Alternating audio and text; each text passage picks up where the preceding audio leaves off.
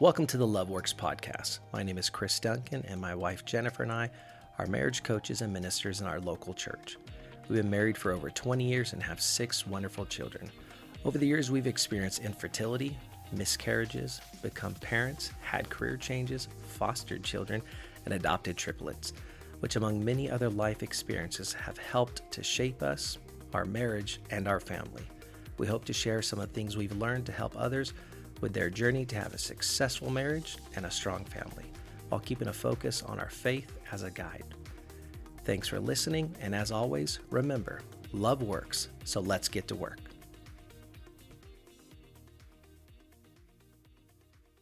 Welcome back to LoveWorks podcast. My name is Chris Duncan, and I'm here with my smoke show wife, Jennifer Duncan. And we're so honored you've chosen to join us today. Today is episode number 8. So crazy that we're already there in the second episode of 2024. If you're new to the podcast, we release new episodes bi-weekly, so please tune in, subscribe, rate, and share. When you rate, comment, and share, it helps with the visibility of the podcast to others on whatever platform you're listening to, whether it be Spotify, Apple, Google, which I just got an email that's going away. It's going straight to YouTube. So that's kind of interesting. But wherever you're listening, just rate, comment, and share. Again, it helps with the visibility to others. As always, if you have any questions, any topics that you'd like us to discuss, there's a few ways for you to reach us. You can reach us on our social media. You can direct message us at our Facebook page for the LoveWorks podcast. You can message us on our Instagram for the LoveWorks podcast, or you can text your questions or topics to 747-322-1089. You can also call that number, 747-322-1089, and leave a message. Or if you like, you can shoot us an email at loveworkspodcasts@gmail.com. So several ways to reach out. Please do. We'd like to hear from you. We'd love to receive some topics, some questions from our faithful listeners. So thank you very much. All right. So I'm up, and it is time to do our What's That segment. What's That is a time that we take in our episode and every episode to give you a little peek into the Duncan household and show you what fun we have going on here every day. And so we have some good ones this week. I'll let you go first. Oh, man. All right. So I hope I didn't already do this one. When I told Jen what I was going to do, she said, I think you've already mentioned that. If I did, I'm sorry, but it has been 8 whole episodes. It has been 8 whole. Hey, but we also have 6 children, bivocational, marriage counseling. We do a lot of stuff. Okay. So I can forget what I say sometimes. Anyways, back to the show. As I mentioned, and if you've been listening along with us, you know that we have 6 children, and one of them is our 13-year-old Greysen, and he is a funny guy. He has a really funny personality. And one day we were driving Greysen, Boston's our oldest, and we were just talking, and out of nowhere, Greysen just says, I don't even remember what we were talking about. It was something completely different. What he's about to say, out of nowhere, he says, hey, Dad, did you know that Mike Tyson has carrier pigeons? I was like, no, Greysen, I did not. King of random. Where in the world did that thought come from? Oh, man, it was hilarious. So now every once in a while, we'll just throw that out there if we're talking about something, or Greysen is the king of random, like Jen just said. So if he's saying something random, I'll be like, hey, Gray, do you know that Mike Tyson has carrier pigeons? So it's that's an ongoing What's That? Yes, that will forever lots of episodes be a of What's that. That. It actually happened a couple of weeks ago, and I had forgotten about it. I was doing something, washing dishes or something, and Rowan, one of our 6-year-old triplets, came down, And she is like all indignant. And she's like, Mom, Harper and Quinn, her two sisters, they are not cleaning up like you told them. And I was like, okay, well, I'll come up and check your room in just a little bit. She's like, no, they're not doing it. And I told them if they let me play with them, then I wouldn't tell on them. But they said no. So now I'm going to tell on them. So I want you to go get them in trouble. So she wanted justice because they didn't accept her bribe. So it happened so young. I'm not sure how this happens this young, but yeah, she had it down and she wasn't afraid to tell me that she tried to bribe them and now she wanted revenge. There you go. Accept the bribery or else. You had your chance. That's it. You had your chance. Oh, man. So today, our episode is actually, I kind of struggled with the title. So when it actually posts to the sites wherever you're listening to it, Apple or Spotify, the title of the show may be different, but I entitled it Time at the Table. And the table we're talking about is the dinner table. So we're going to jump into that. But as I'm looking down at my notes, I notice we're sitting at our, I'll call it our fancy table. It's a table that we have holiday meals at because it can fit our family and others. And I'm looking down and I see an H carved into the table. And so Harper has had some time at Harper was here. This table. So first time I've seen that carving. So good times for that. There's several. There's several throughout our house. It's like a treasure hunt. Yeah, I'm geocaching right now. So. But in this episode too, we'll probably allude to and say a few things that I read and picked up from a book entitled The Hour That Matters Most. It was written by Les and Leslie Parrott, or Parrott, however you pronounce that.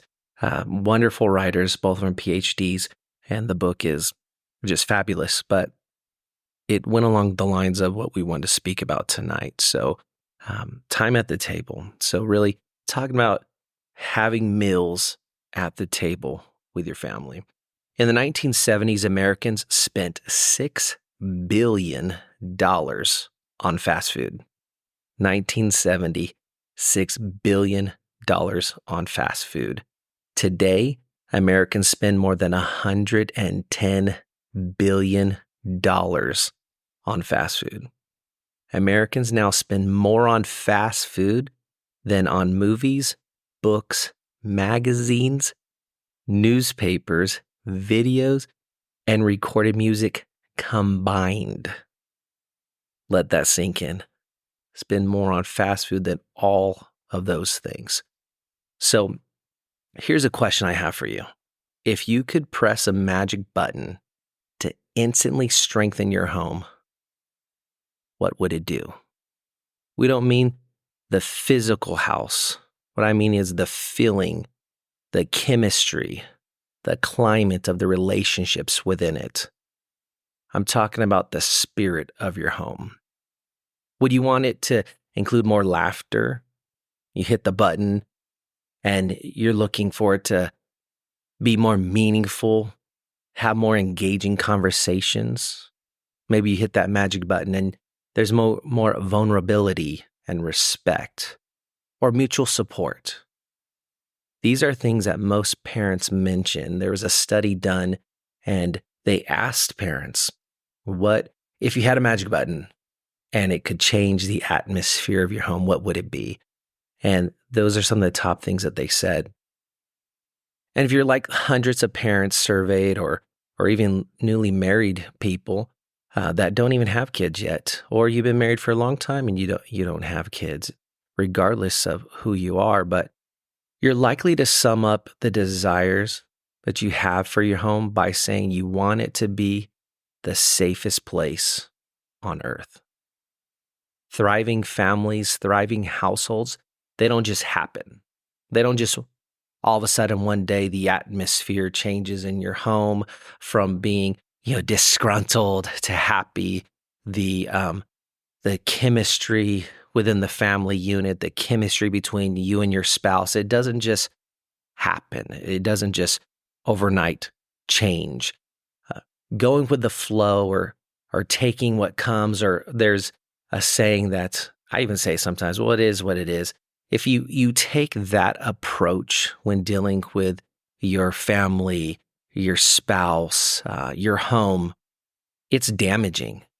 Every family expert will tell you that a healthy home is the result of a productive parent, a productive spouse, somebody who's actually working towards making it better.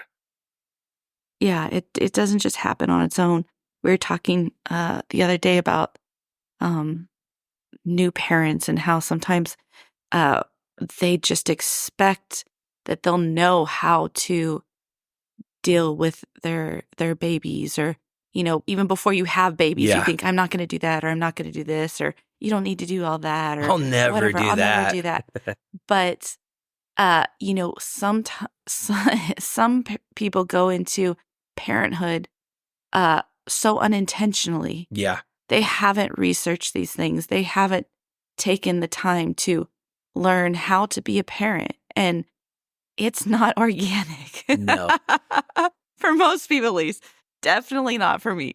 It takes a lot of practice. It takes a lot of doing things wrong. It takes a lot of reading, studying, praying, seeking God's face. Like, Crazy. God, please help me. Crazy rabbit trail. All right, I got to jump in here. Sorry for interrupting, Jen. But when we were having our first son, Boston, we took every class possible. And I was down to take every class possible. I was raised by a single mom. I've shared that before. I had no idea what it meant to be a dad. I had no idea what it meant to be a parent. So I even took a breastfeeding class with Jen. And it was one of the funniest experiences that I ever had. It was not just me in there and Jen, but it was all the dads and all the moms in there. And so it was just a hilarious class. I'm glad I took it though, but we had fun. We did. We had fun, but just rabbit trail. I did whatever I could to try to be ready, and I still wasn't ready. Rabbit trail dads, that's what you need to do. Be there to support the wife because they got a big burden. But yeah, it's just so important. Intentionality. That's our word that we base everything on. We have to be intentional when we are dealing with family matters, and I think we take for granted sometimes. We see families and we're like, oh, that's just natural to them. Yeah. That's just how they are. I wish my family looked like that. There was intentionality in getting their family to that. There was sacrifice. There was dedication. There was quantity time, not just quality time, because we know that those things are synonymous. They go together. They do. Quality and quantity. You can't have them one without the other. So it's so important. So we're going to talk about time at the table. And it helps with these following points here. The first one it's going to help with is commitment. Members of strong families are dedicated to promoting one another's welfare and happiness. They prize their family and value the relationships within that family. So important to be committed to your family, to be committed to those around you. And it seems like, how in the world would that even make any sense? Like, how would eating dinner with someone be commitment? But it really does. Once you learn to sit there and take time out of your day and spend it with your family, you're showing commitment to your family, and your family will respond in kind. Absolutely, because at any point in the day, even if there's just two, if it's just you and your spouse, but let's say you do have children, at any point in the day, especially if they're older, they could be in their room. You could be in the living room. Another person could be in their bedroom. You're spread out through the whole day. And so if you don't have that time where you come together at the table, at the dinner table, that commitment to the family, it does start to dissolve. Everybody starts living individual lives within one household. So true. The second point is appreciation and affection. Members of strong families are thankful for each other. They don't take their special relationships with one another for granted. Number 3 is positive communication. Members of strong families spend a lot of time talking freely with one another, doing their best to be understood and to understand. When you're taking time, you're getting that commitment, you're getting that buy-in, you're getting that affection and appreciation, you're growing those relationships. You're going to start having deeper conversations. You're going to get to the roots of these problems. We, parents who have older teens, you know that sometimes it takes a little while to peel the onion back and get to where your kid is, right? Yeah. What they're doing, what they're thinking, what they're feeling. It's not like they're just going to come out and blurt it out all the time. Mm-hmm. We have 2 extremes. We have one that will tell us everything all the time, no matter what time of day it is. It could be 2 a.m. We could be on a date. It doesn't matter. He's going to text. He's going to call. He's going to make sure that we know exactly what's going on. Absolutely. We have another one that is not so, I don't know, the word's not really transparent, but he is not so, I don't know what the word is.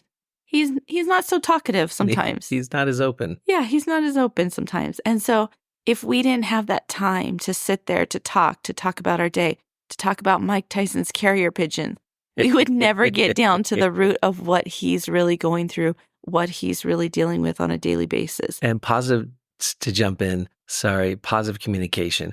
At the dinner table, that's not a time where we discipline and take care of stuff like that.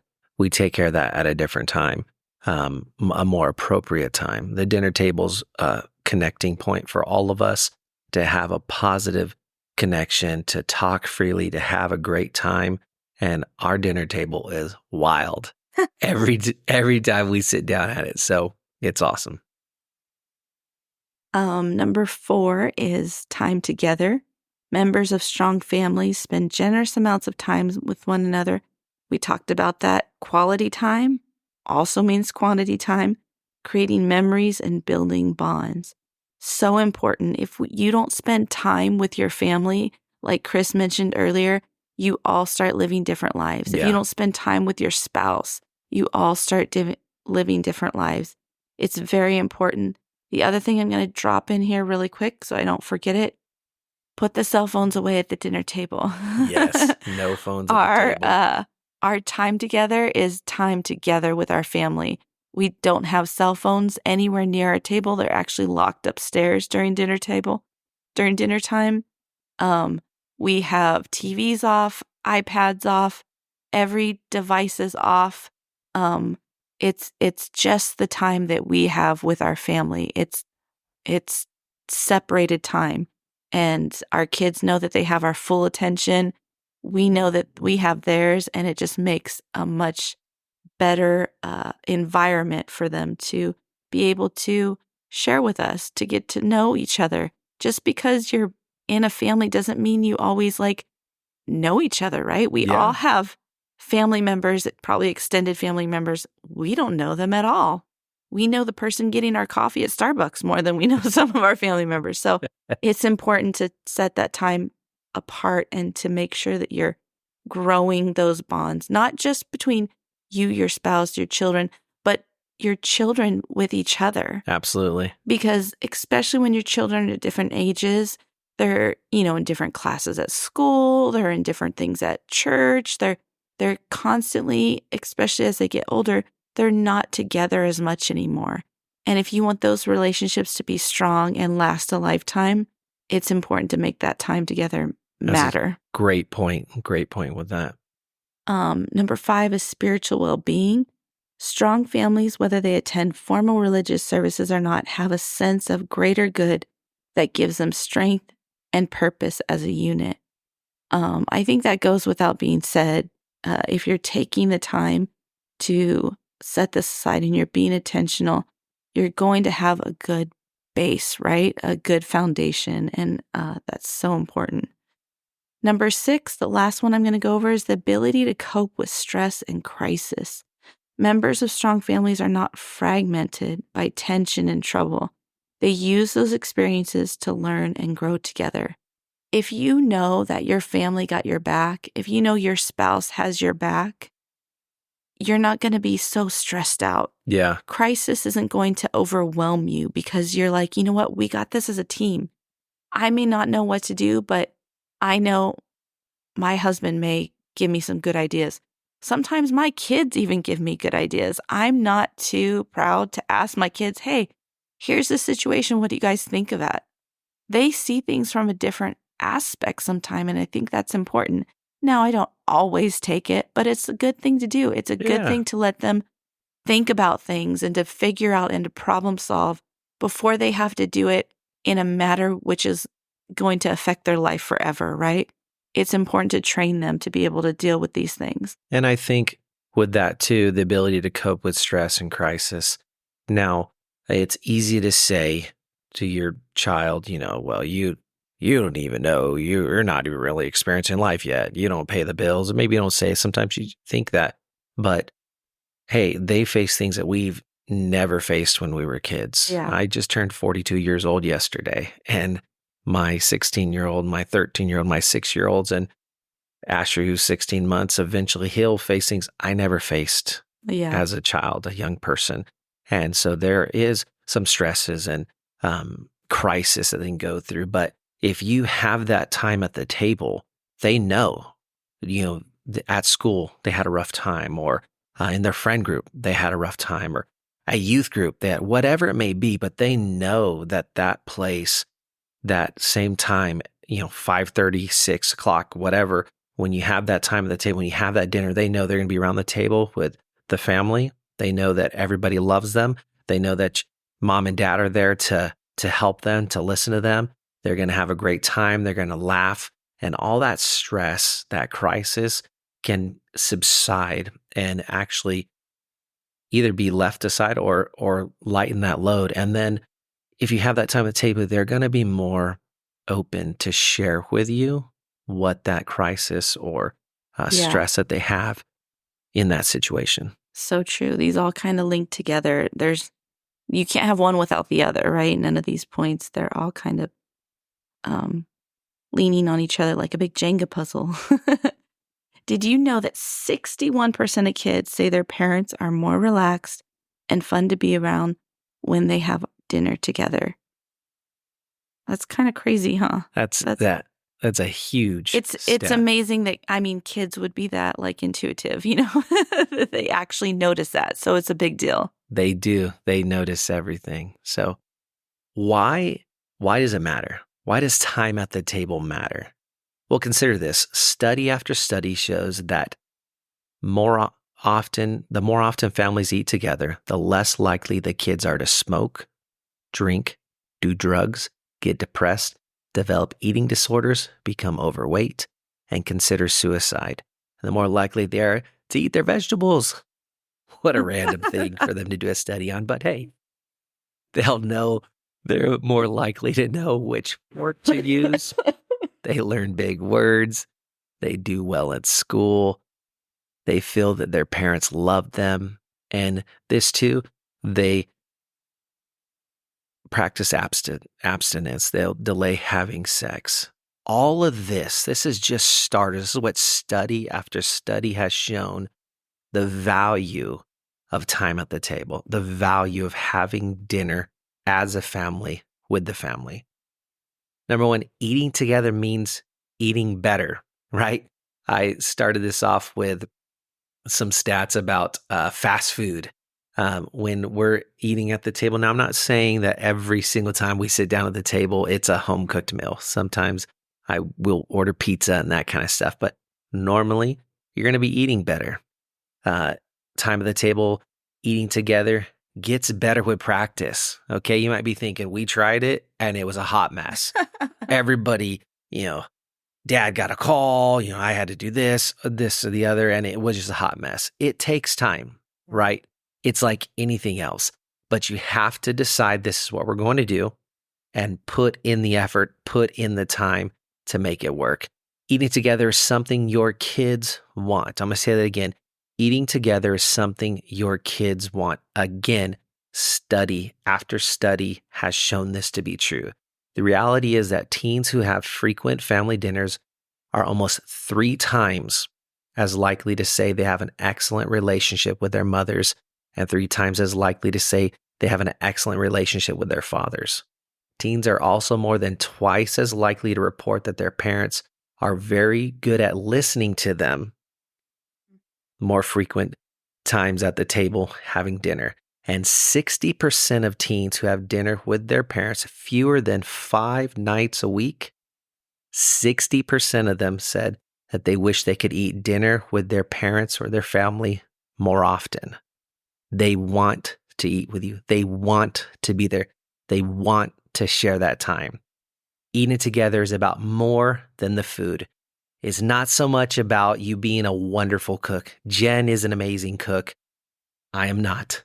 I can grill. I can grill some stuff. So I got a Blackstone that I can get out there, and I got my things that I can make some smash burgers. Actually make a mean tri-tip on it too. But it's not so much about the food.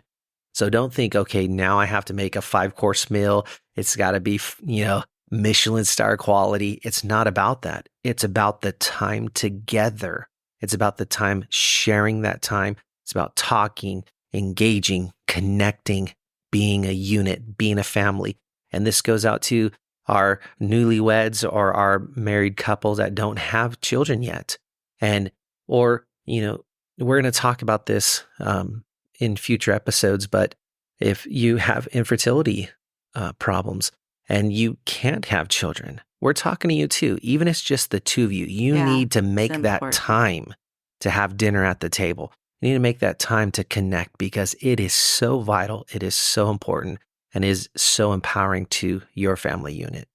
And our lives are so busy, right? Yeah. I mean, we have constant information flow.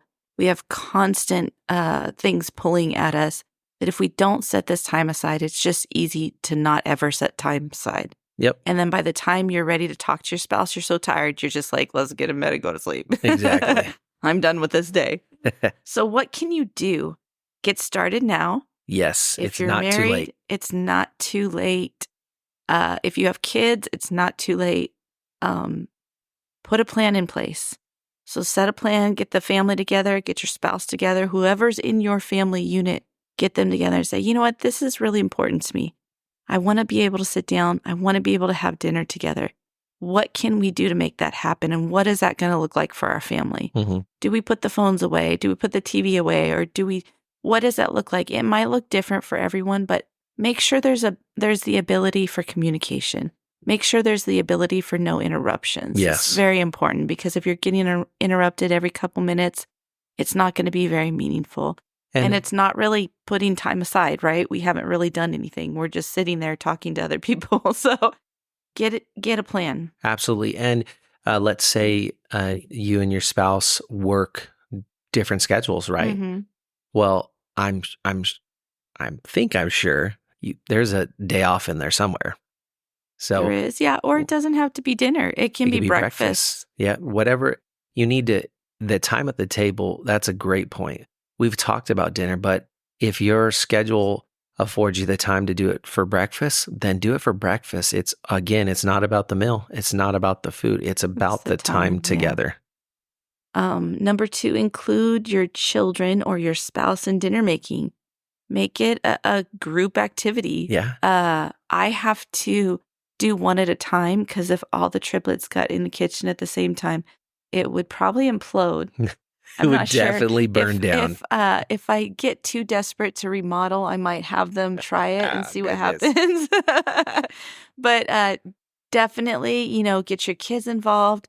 Even if it's just picking out the dinner, if they're too little or if they're too old and they don't want to help, maybe it's just picking out certain dinners during the week and you could put those on the calendar, do a little meal planning. To break the ice and kind of get conversation flowing, if this is new to you guys, you could always play a game. We play a couple different things, but one that's our favorite around here is guessing songs. So we have Alexa in our house, and we ask Alexa to play Disney hits, and people yell out, sorry, I like Alexa's activated my answering right Alexa. now. Now she's like talking to me. Maybe I should have her do the show. She might do a better job. But she's She's literally playing Disney hits right now. Frozen. I know this one, Frozen. So we play Disney hits, and whoever is the first one to yell out the movie that it's from gets a point. Sometimes we do boys against girls because we're pretty evenly matched. Sometimes it's every man for himself. And it just depends on, the night of what we want to do. But we do some other things too, but that's one of the ones that's pretty easy to do. And there's always fun little things you can do. There's all kinds of really cool ideas if you just Google it. Honestly, there's so many cool family ideas for games and stuff and things you can do with your family. It's not hokey and it's fun and everyone gets involved and they enjoy it. And why do we say icebreaker, right? You think of, okay, you're in a meeting where you're first meeting people and they do an icebreaker, right? To loosen up the room. For your kids, I promise you have a good time. You start having fun. You start being silly. You throw in competition. Once we're done with that, we start settling in and start eating. Everybody has been yelling out. Everybody's been laughing. Everybody's ready to talk. Yeah. Everybody's ready to connect. Try it. It will work. Your mind focuses on where you're at, right? Yes. Because you put the day aside by getting all that out of your system and playing the game or doing whatever it is that you do to kind of like get them all on board, and you're ready to have that meaningful time now. So important. If you miss some days, don't give up. There's busier times in our lives than others. We try to do it at least 5 times a week. But honestly, there's some days, some weeks we do 3, Yeah. Some weeks we might miss most of them. We get to squeak in 1. But jump back on it. Don't let that be like, oh, well, last week we only did 1, so I guess we're just going to stop doing this. Keep with it. Keep your rules in place, whatever they may be. No cell phones, no devices, whatever that is. Keep those things. Keep your routine. Even if it gets set aside for a little while, jump back on it that next week. Yeah, it's so important. So again, if you miss it, jump back into it. We're about to go into an even busier season. The girls are going to start playing soccer. Greysen's going to be playing football. Boston, thankfully, he's about to be driving, so we won't have as much parent taxing as we do now, but he's part of our worship team at church, so I take him to practice. And also, it gets busy, right? And it's about to get even busier with those times. So we understand there's certain seasons sometimes that you're not going to get those 5 meals together, but we try our hardest, and at all possible, sometimes we'll eat later. Yeah. Sometimes we eat after practice. Yeah. It's like 7:30, 8 o'clock, but we still make it, a priority to do it. Yeah. And you'll be surprised if you're not already doing this. And don't feel bad if you're not. Don't feel like, oh, I'm a terrible parent. I'm a terrible person. We don't do this. We've never put any stock into it. Just start now. Just let you know there's something new that we're going to do, and you will see the benefits. It's so funny. Asher, again, is 16 months. He loves being around the table with us all. He gets so excited every night. We put him in his high chair. He knows dinner's being made. He can feel the excitement building. He's already talking. And when we all get around the table, he is nonstop, jabbering, getting in on it. He yells out, baby talk stuff when we're playing the games. I mean, he's 16 months. Yeah. But that time around the table, that time together affects him as well in such a positive way. And so I just admonish you, do it, please, if you're not already doing it. If you are, congratulations, great job. Keep doing it. You're doing a wonderful job. Again, if you haven't started, you haven't done yet, that's okay. Start today. Start tomorrow. Just do it. And you're going to see the most wonderful benefits from it. So biblical perspective, Proverbs 29:18, and this is the CEB version. Ooh. when there's no vision, the people get out of control, but whoever obeys instructions is happy. That might sound like a weird scripture to use, right? For what we're talking about, being around the table, time at the table. But time at the table as a parent with children, and even if you don't have children, it's just you and your spouse, time at the table, it's a time for you to cast that vision. It's that time for you to get everybody on the same page. It's that time for the kids to know, hey, this is who we are. This is what we are. This is what we do. And so that's why I thought this scripture, Proverbs 29:18, was so appropriate for this episode, is because you're spending that quality time together and you're casting vision for your family. So again, do it, jump into it right away. Thank you again so much for being with us. Again, like, rate, share, comment. It really helps with the visibility of the show, and it lets us know, hey, people are actually listening. So thank you for that. And like always, we always like to close in prayer. So dear Lord, we thank you for this opportunity, Lord, to be able to share our hearts tonight. I pray whenever our listeners are listening, whether it be, the day that we posted or 6 months from now, I pray, Lord, that something that we've said, touch them, help create a better atmosphere in their home and time around the table. So we thank you so very much. In Jesus' name, amen. Amen. As always, remember, love works. So let's get to work.